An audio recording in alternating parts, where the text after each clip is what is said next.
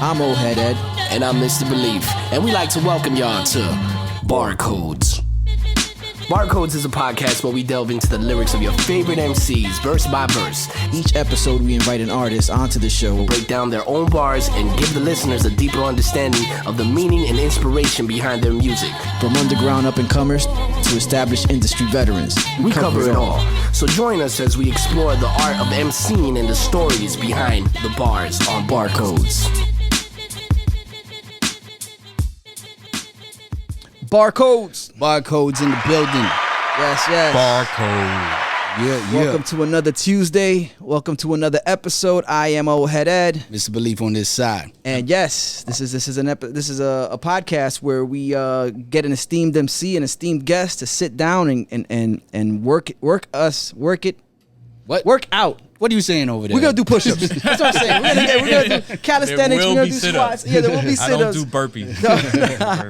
We get him to kind of walk us through a verse, a freestyle, whatever have you. And we get to know what inspired the lines, what motivated the music, the rhythms and whatnot, and take a deep dive, I guess you'd say. Yeah, pretty much, yo. We're over here to just like unpack all the bars from the horse's mouth, you know what I'm saying? Like from the artists themselves. Directly. So there's no like confusion or any of that.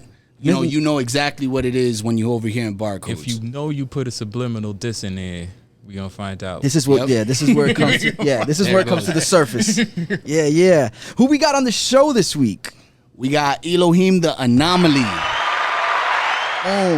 That's me. Yes. Yo, welcome to the show, brother. Everything good? Man. Welcome to the show, man. Thank you for having me. Thank you, family. Thank you.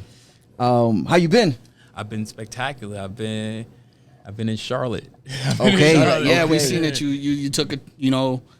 We came out of down south and went up to another part of down south. Yeah, another part of the south. Exactly. Yeah. I highly recommend it. Highly recommend it. Dope spot. I've been to North Carolina the last 2 years. And South Carolina, by necessity. So word. Also Texas and California, unlivable. So and why would you want to be in Montana, North or South Dakota or Iowa? Yeah, no. So you ain't seen me in California. Can't afford it. I don't know how anybody lives out there. I mean, you just got to be out in the street. I mean, that's how it seems to be out there in San Francisco. So robbing. Yeah. This is Facts. true. I witnessed this for sure. Well, we know we got to get into. We got to handle business here. What joint did you bring for us to unpack and get into this time around? Yeah, right. So I sent the classic Freestyle. Okay. I love this verse, and so when I got an opportunity to give a chance to look at anything that I spit, this was definitely came to mind. Sure. Okay. Right. Okay. Dope. Beleaf has a question he likes to ask at this point in time. Oh yeah, I always ask that. What kind of mind frame were you in when you wrote this, and like what kind of sparked the words in this verse? Well, at the time, I was working on my Triple Darkness mixtape series. We put out 3 mixtapes. Triple Darkness Volume 1, 2, and 3. This was part of Triple Darkness Volume 2, I believe. At the time, I was on dialysis. It was before I got my kidney, which has since failed, and I'm back on dialysis. But this was written when I was on dialysis, and so we were working a lot. Like it would be like after every dialysis therapy, I'll go to Nick's house. And we would, I was showing some beats that I chose and something I had written, and we would put it together and see if it fit with the mixtape at the time, and see if it was fresh enough or if it was dope enough to go on it. And when I wrote it, I was thinking 3 things usually. I rap first that I'm a Muslim, so you're gonna hear the teachings of the Honorable Elijah Muhammad in the verse. You're gonna hear something about Miami or me being from there. I'm gonna rep the crib, and then based on where those 2 things lead me, it's gonna be it's gonna go like that. But basically, that beat that I wrote it to is incredible, first of all, and what Kendrick and them had done on it was dope. So I was like, definitely had to be up to that standard too. So, All right. Yeah. I gotta jump in here and ask real quick. You mentioned that this a lot of this work was being done in between sessions of dialysis. Mm-hmm. How much, I know in the past we've mentioned a lot of times, more often than not, people mention how writing and putting music together is therapeutic. How was the effect of writing helping during these times when you was going through these challenges? I'm from the 80s, so we don't do a lot of psychoanalysis. Like, it's not like typical. it's like when I was writing it, I just want to be dope. Like, just be dope. Dialysis was part of it. It was happening at the time, so it just like fitting the dialysis into it. You know what I mean? I didn't necessarily write anything, while I was being dialyzed. You know what I mean? So so it's not, and dialysis has this effect, in the sense that it'll affect your energy level and all of that. But it at the time I was more clear-minded about what I was doing as far as the music is concerned. That's for sure, and that's because I knew that we were doing a mixtape series, and we were doing singles in between because I felt like that was the best, operation at the time, and to build up towards EPs. Okay. So, it was just part of the work. Things that, that went along with doing music at the time. You print T-shirts, you do live events, you do mixtapes, you do the EPs, you find beats, you know what I mean? You work with producers, you talk to DJs, you deal with the promoter. The whole nine, like that's just part of it. You know what I mean? That's just part of it. The whole rap artist exactly. MO, You know what I mean? what I'm So saying? either you're doing it or you're not doing it, and that's just part of doing it. Yeah. True. You know what I mean? So when you're writing, as a person that writes, writing has to be done every day. It's like exercise. It's like, it's just, if you're not doing that, flex that muscle a little then you're not, bit, then you're not a rapper. If you're not rapping, then are you a rapper? Because, you're doing a lot of other things. You know what I mean? Yeah. Because I'm a nurse. So if I'm at work and I'm, doing whatever it is I'm doing at work, I have to do nurse things. Yeah. So if you want to call yourself a rapper, you should be doing rap. Otherwise, you're just a guy that listens to a lot of songs, or watches a lot of music videos. You know what I mean? Or likes the genre. Yeah, true. Agreed. Very true. Very true. Classic mentality. Let's get into classic freestyle then.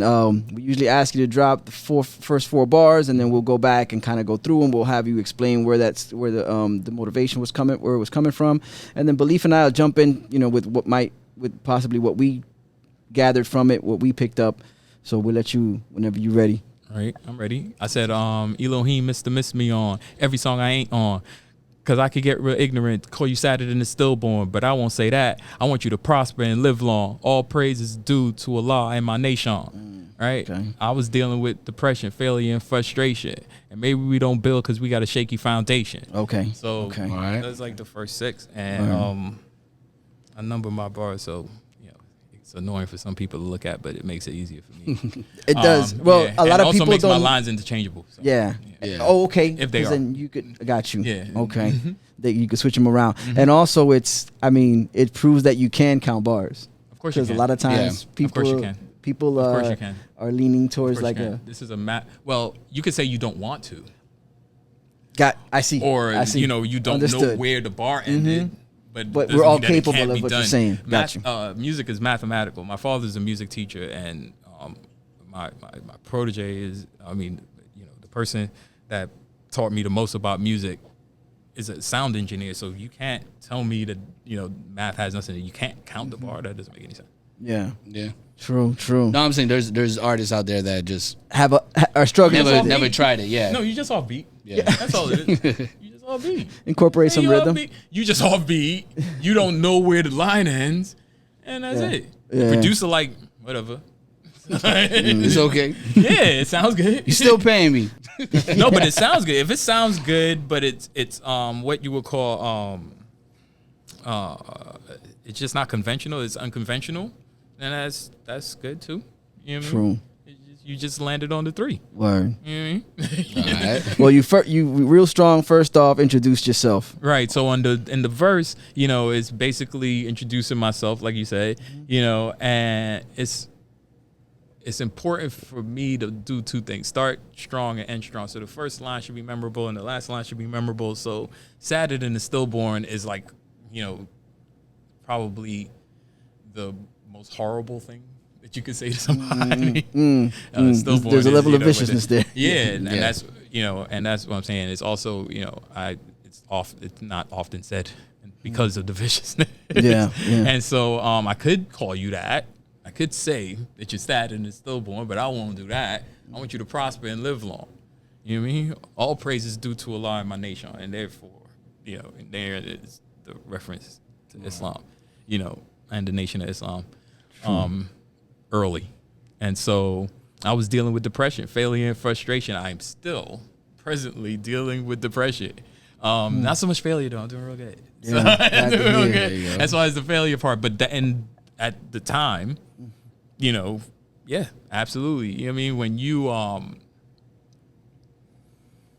When you are a male in society, a lot of symptoms of depression, like alcoholism and domestic violence, and it rears itself in all kinds of things, but we just not calling it depression. So, you know what I mean? Well, It's like a revelation, like, oh, I was dealing with depression, failure, and frustration. Yeah, like you typically see modes of coping mechanisms such as drinking, smoking, whatever the case may be, rear its ugly head. You know what I'm saying? Yeah. Like you're stating, for people to cope with the depression, and it essentially has a lot of ties to, like, you know, I forgot the term, but somebody said like something about men essentially suffer every day, but they don't really show it in the ways that people might see. You know, it's particularly if you have like a family or whatever, just like a tough job. You know, you have this sense of suffering because life is about, you know, life has a lot of suffering in it, but we don't essentially expose it to a degree like how other people would. Gotcha. Will either, you know, cope with alcoholism, you know, whatever, trees, whatever the case. Some people with music. You know what I mean? But there is a sense of, there is coping mechanisms involved with a man's everyday life. You know what I mean? Yeah, absolutely. And so, you know, I felt like it's important for people to understand what emotion you're really dealing with, because, you know what I mean, it'll look like anger to everybody else. Like, people have told me that they have a preconceived notion of me, or even a post-conceived conceived notion of me. Is like, yo, that dude is not a nice guy. And I'm the nicest guy in the world. I am a nurse. I am a father of 3. I am the sweetest boy ever. You guys, come on. You know? But if I don't like you and I have something to say to you, it probably is going to be more direct than you used to. And that is what. And that could be determined as to be not nice, even though you're doing the most nice thing, is which you're informing somebody. I'm telling you, this could be a lot worse. Yeah. I could have said this to you, No, but I understood. didn't. Yeah, no, I hear you. I hear you. Yeah, so essentially, in the bars are stating This is that what I'm telling you. I could be a lot worse, but I actually want you to prosper. You know, Yeah. and the That's reason back to the line. The reason I'm you're saying telling anything to you at all is because you're because trying I to want steer you to them do better. to do better. There you You know go. what I mean? I don't want you to, you know, just hear. I don't want any more for you to just hear the negative of what I said, because it was negative. You know, whatever I call you, I'm a Trini, so we're very good at it. I've been doing this a long time, so, you know, I'm real good at, you know, the diss. So you know what I mean. But at this age, and, you know, in this form, I don't have a negative bone in my body. So if it seemed to you like I'm saying something to you don't like, it's probably your fault. We figured that out. We solved it. It's you. Yeah, it's you. It's you. So I was I said, maybe we don't build because we got a shaky foundation. We could all agree on truth and unity is our power. Babylon been at war since she blew up her own towers. And so we know that 9/11 led to a 20-year war. Yeah. And the attack on the first country may have been justified, but you can't justify the 2 other decades. So, Yeah. you know, Yeah. and whether or not it was an inside job, like I inferred there, is no consequence, because you still was in Afghanistan, and people still were falling off the plane as you left. Wow. Oh, you're referring from the last, yeah, definitely. I see that. That was horrible to see. Yeah, Definitely horrible to see. Yeah. That's wild. So Babylon been at war since she blew up her own towers. That is a reference to 9/11 and the ensuing wars. And then I said, my name is Elohim. I'm coming cleaner than the shower. We living in the judgment family. The time is ours. And so for anybody who's religious or a reader of Bible, Torah, or Quran, in there somewhere, the world ends. And Christianity is called the judgment. Yeah. Right? So if Hawaii's on fire and LA's going to get a hurricane and the Atlantic Ocean is 100 degrees and they're admitting that they're seeing UFOs and any other of the parts of Revelation that you'd like to choose from. Yeah, just check off the list. That line up with That Freedy's river is drying up. Yeah. Yeah. Pick Yeah. one. Pick all. Yeah. Pick all, because we're living in it. And so even if you don't want to see it on a global sense or macro sense, if in your life you are you find yourself at a crossroads, or you need to decide what's the right thing to do or the wrong thing to do, this would be the time to do the right thing. Word. Just based on the signs that we just based on what you Gotcha. Round of applause for that right there. For me. Facts. Right? And so after that, I said, we live in the judgment family. The time is ours. Anybody that's praying for peace, I'm present. I never wrote a murder rap once, and that's a blessing. So that's in reference to a couple things. In the Nation of Islam, there is a movement called Present for Peace. I'm Present for Peace. They had like yellow T-shirts. It was I can't remember which state or which city the brother was in, but it was a movement. They were trying to get 10,000 men of varying belief systems and whatever, just to be in the community, keeping it safe. The primary goal of the Fruit of Islam, which is the men's responsibility and the men's side of the Nation of Islam, is to make where you live a peaceful and safe place to live. That would be common sense in other people's culture, but apparently that doesn't go without saying. It doesn't travel far enough. You think that would be there, but it doesn't travel far enough. Yeah. And so the reason I feel it's important for me to mention the Nation of Islam and the teachings in my belief system is that I wouldn't even be into Islam if it wasn't for rap. So rap made Islam seem cool to me in the first place, and and then I started studying Islam, as a teenager, and so so they go together as far as I'm concerned. There's no separation of them. And so, we're in the 50th year anniversary of hip hop, and so we've seen a lot of celebrations. And I saw somebody post on Instagram the other day, how come there hasn't been any mention of the Nation of Islam in hip hop? And that would let you know that the people who are putting on the celebration don't have nothing to do with hip hop. If they're gonna call it 50 years old in the first place, it can't be Daddy. And if they're gonna leave the nation out of it, it can't be the Daddy. So because it can't be somebody who knows about the origins of the music involved in it, because they got MC Shan looking like a crackhead in an empty stadium. Wow. Yeah. It's a good point. Damn. Deep. Right.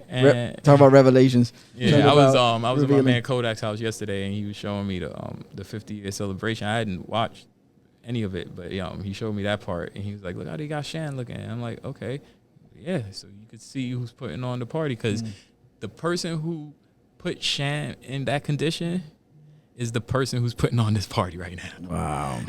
Wow. Yeah, it's something definitely to ponder. You know what I mean? Who has the power to do it? You know what I mean? If you were MC Shan, right, and you were one of the constructors of the genre from Queensbridge, and one of the precursors to Nas, which is whom they want to attach you to now, right? You would think that you would have benefited from all of these 50 years of prosperity. Yeah. Not so? Yeah. And if I am a walking manifestation of the fact that that's not true, bro, yeah, in an empty stadium, yeah, then the viewers should, should be able to see that. You know what I mean? But they don't see Revelation either, so that's it falls right in line. You know what I always say, that those who don't believe in evil can't recognize it. So but you believe in good though, right? But you believe in good though. Yeah. No, exactly. and the I mean, it's the sobering part is that happens, and then you think that we all know that hip hop is also a community built entity. It brings people together, or an entity that brings community together. Right. And there should be somebody around, not just the person that are putting this event together. Somebody else in this community should be able to point that out. Right. Like, you know what?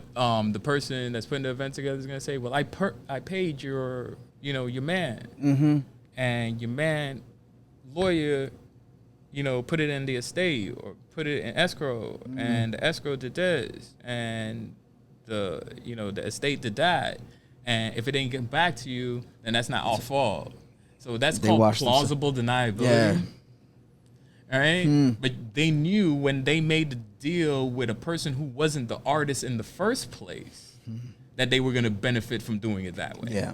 Yeah. Wow. So don't say now, 50 years later, "Oh, we pay such and such, so it's not our fault that Sham is messed up." Yeah. Wow. It's sad, bro. Wow. It's all tied in together. Yo, it's all tied in together. That's something else. Yeah. And so I said I never wrote a murder rap once, and that's a blessing. That is the greatest blessing of my life. That I never had to act like something that I'm not. You know what I mean? I've always felt like whatever I was saying on the record was good enough, or fresh enough, or at least it was my job to make it dope. You know what I mean? Where I didn't need to have to kill anyone. And so I never had to take a life on or off record. We don't have to, we don't carry weapons, so you can get the message. Right, that we ain't here to raise the murder rate. We regenerate. Allah is universal. Every Muslim is the caliphate, and therefore, in that, I said a lot. In the Nation of Islam, we don't carry guns. That is known, and that is to show you. In the nation, we have people who did life sentences and are now outside. You know what I mean? We could be robbing your house now. We are the people that they talk about on the news. You know what I mean? For the most part in the nation, not myself, but for the most part in the nation. And that, is something that we need people to know, that we are here for peaceful purposes only. We're here to educate the children. We're here to provide clean foods and a way of life, that, again, is to regenerate, right? And the caliphate, I don't know if you know this, in Islam, the caliphate is where Allah is supposed to return to. Allah is to return to, and it's the capital of Islam, right? It would be not just Mecca, but more than Mecca, right? So when the Grand Imam or the Allah in person arrives, it would be, and that would be the caliphate. So every Muslim, has that responsibility, because we have people who are blowing up cities thinking that, I'm establishing my own caliphate. This is going to be the capital of Islam. It's going to be in Polynesia, or it's going to be in Trinidad, or it's going to be here where I start this coup or the next coup or the other coup. Like, your house is in disarray as it is, and you want to start a coup in your country? What's wrong with you? Wow. What's wrong with you? You know what I mean? Learn to lead yourself before make decisions just like this as far as trying to create a place for exactly. You are the place. Yeah. You know what I mean? Allah is universal. It can't be that Allah is only in Arabia. It can't be that Islam is only present, where you say it is. So then it has to be spoken in Arabic, and it has to wear these clothes, and it has to grow a beard, and it has to, I guess they would need to ride a camel because that's what the Prophet did as well. Yeah. So, and so if you would like your God to be a local God, then say so. But this is a universal God. And so I said, Satan scours the earth looking for men to emasculate. No tiene huevos, when you see him, he a basket case. So Satan is present.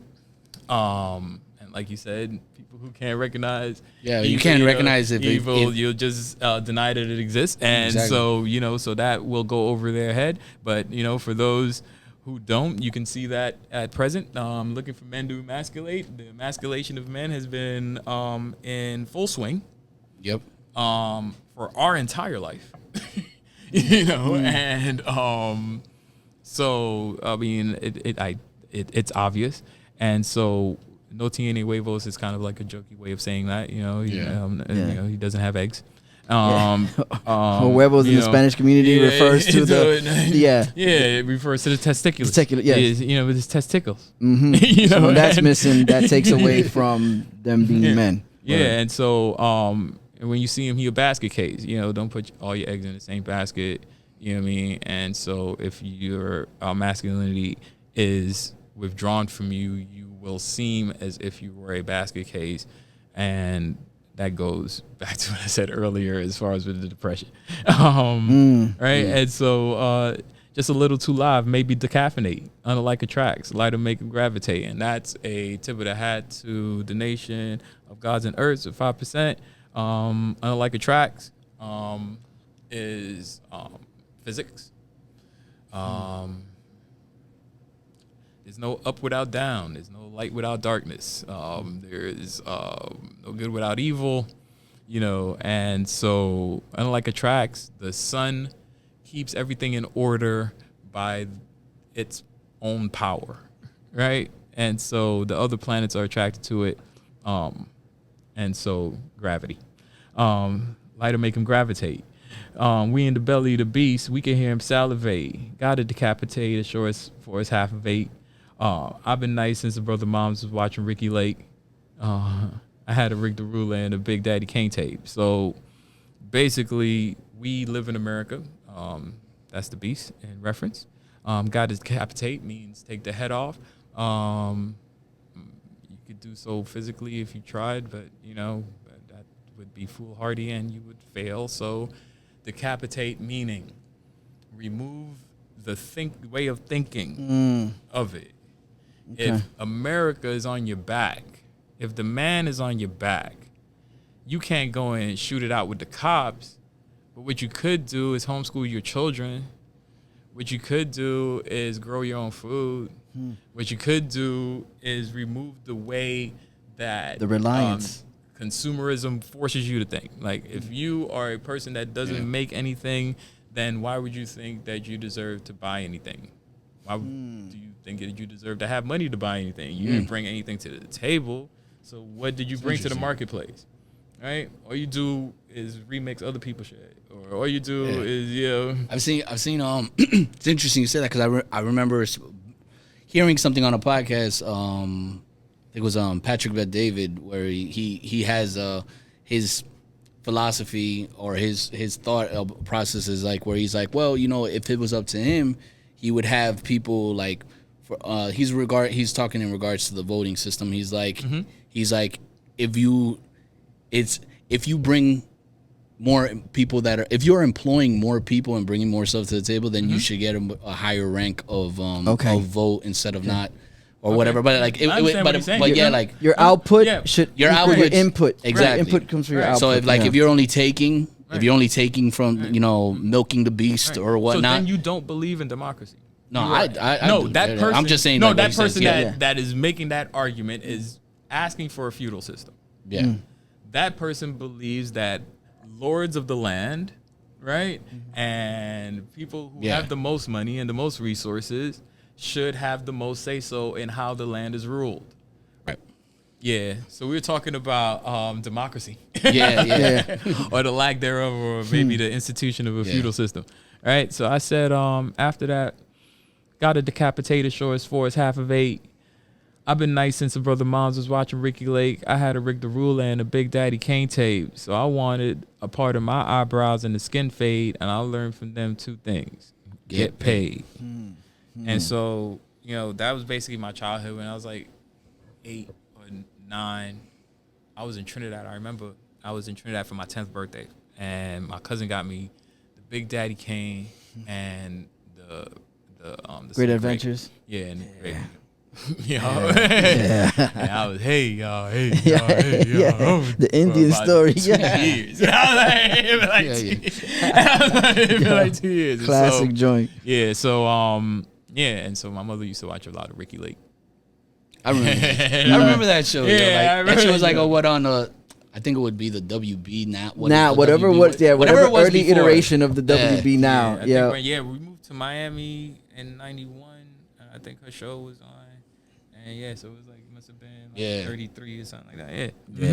Yeah. And so the last line is ill. So get paid.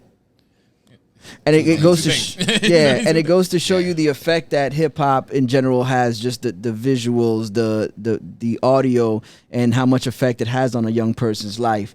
Which I want to mention that with with your belief system and how you present yourself, there's gonna be someone that's gonna be affected by that too. Like the correlation between how Big Daddy Kane and Slick Rick affected you.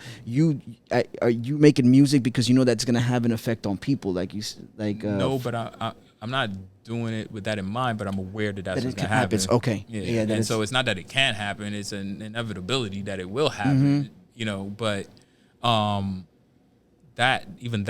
knowledge of that was not there as a young rapper. Okay.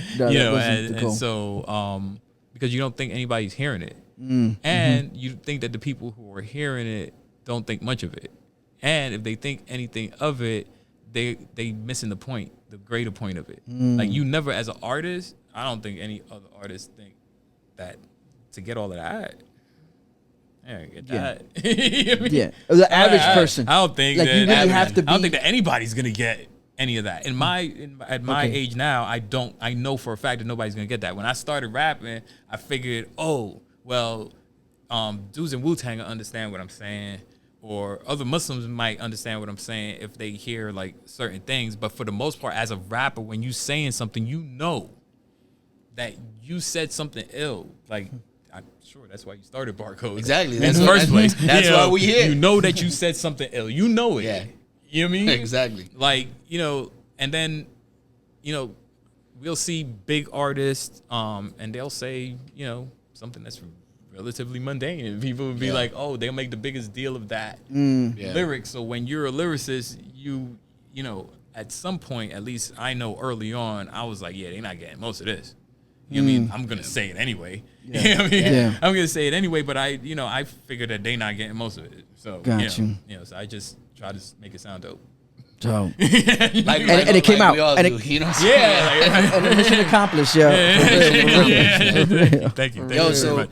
I was gonna say, man, let everybody know what you're doing and like where they could find you and new ventures or albums or whatever's coming out, man. Let the audience know. Right now, the EP is the Nkosi album. It's named after myself. And Classic, the freestyle is not on there.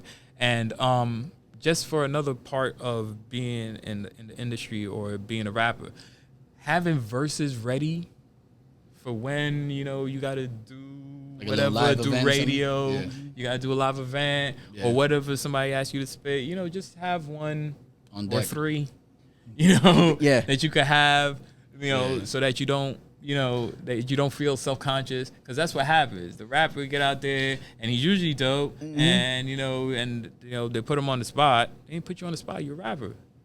they ask you to rap. Keep a few in the chamber, basically. You know what I mean? And so, for this run that we were doing, this was when I was gonna always have, got you, in the chamber. So that was part of the writing process for that. Also, I forgot to mention earlier. Yeah. You don't want to do the whole Paul Wall on who was it on Sway or on the LA Leakers? Yeah. Paul Wall after it was asked to rap after Redman rapped, and he was like, nah, I've been on this lean, so I'm I'm not doing that. Hey, look, man. You gotta come prepared though. You gotta look. I gotta give it to to Paul Wall, man. They're asking him to rap after Redman. That's the goal. Yeah, right there. but you're Paul Wall. So I know. You have a song that they just played, or they're about to play on that radio with a verse in it. You gotta always be ready. You know what I mean? Yeah. Or that from go out swinging, Paul. Yes. Go out swinging. You know what I mean? And just give them your best one. It doesn't matter. You know what I mean? It doesn't matter. But don't let people put you in that position. Where you feel like I'm not as good as people have made me out to be, or as they think they am, or think I am, or because I've seen that happen a lot. Yeah. So Yo, definitely. Yo, Elohim, thank you so much, man, for bringing this, shedding this light with us, breaking down the bars. My peoples, subscribe, comment, rate, share, like. All that nice, pretty stuff. All that good stuff. Yo, shouts on the bottom. Yes. The directions are here. And shouts to Atlantic the Barbershop for housing us one more time. Hit them up, bro. Pleasure. Like the schools here, so you know what I'm saying? Get come through, look fresh. I use Magic Shave. Hey, see? Usually. Sponsors, future sponsors. yo. Let's get into this classic freestyle. Yo, y'all ready? Yeah, let's go. Barcodes.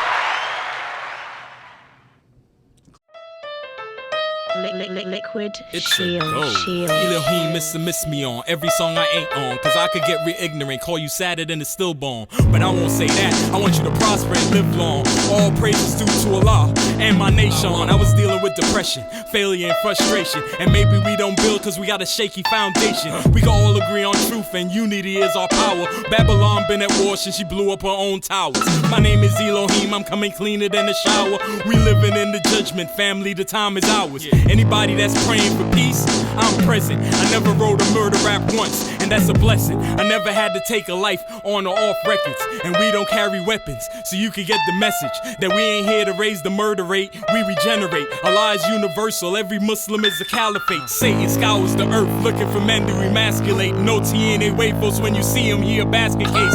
Just a little too live, maybe decaffeinate. Unlike the tracks, lighter make him gravitate. We in the belly of the beast, we can hear him salivate. Gotta decapitate as sure as for us half of it. I've been nice since a brother moms was watching Ricky Lake. I had a Rick the Ruler and a Big Daddy Kane tape, so I wanted parts of my eyebrows and a skin fade. And from them I learned two things: get paid